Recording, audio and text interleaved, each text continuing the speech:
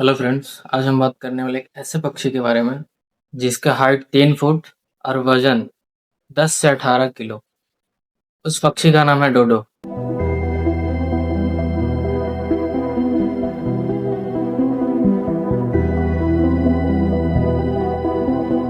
डोडो एक flightless bird था जो मैरिचस नाम के आइलैंड पर रहता।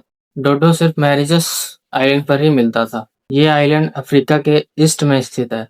डोडो के पास कोई प्राकृतिक शिकारी नहीं था, मतलब कि उस आइलैंड पर और कोई जानवर नहीं रहता था जो कि उसे उसको शिकार कर सके। इसलिए वो शांत प्रकृति के था। डोडो बिल्कुल बिना डर के रहता था। ना वो तेजी से भागता था और ना ही उसे उड़ने की जरूरत पड़ती।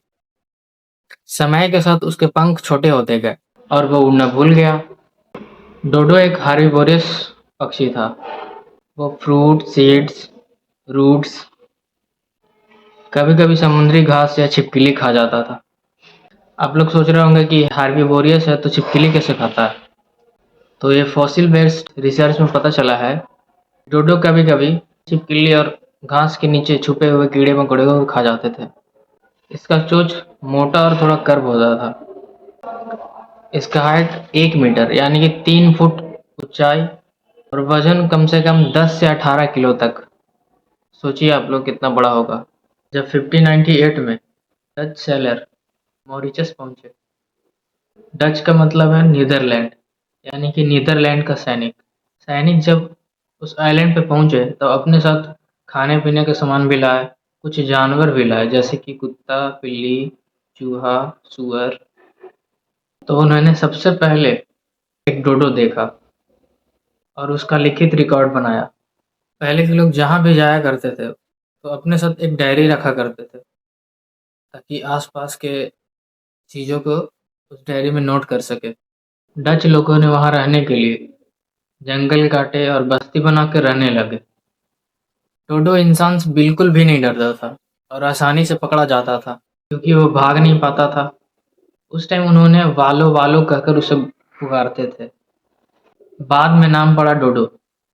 जब डच लोगों का अनाज खत्म होने लगा, जब डच लोगों का खाना खत्म होने लगा, तब उन्होंने सोचने लगा कि क्या करे क्या नहीं करे। तब उनके मन में ख्याल आया कि क्यों न इसे ही मार के खाया जाए।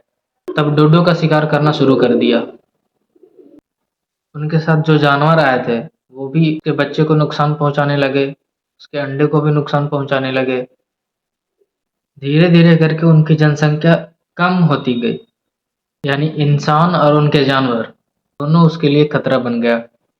धीरे धीरे सारा डोडो खत्म होने के कगार पे था और आखिर में इंसानों ने उसे खत्म ही कर दिया। डच लोगों ने पूरे 80 साल उस आइलैंड पे बिताए। 80 सालों में सारा डोडो को समाप्त कर देना कितना घातक समय होगा डोडो के लिए। जब उस आइलैंड पे खाने पीने के लिए सामान कुछ भी नहीं बचा तो डच लोगों ने वहां से चल दिया। वो बोलते हैं ना, अगर हम प्रकृति को संतुलन बिगाड़ते हैं तो एक पूरे प्रजाति कुछ ही सालों में समाप्त हो जाती है। आखिरी बार डोडो 1681 के आसपास देखा गया था।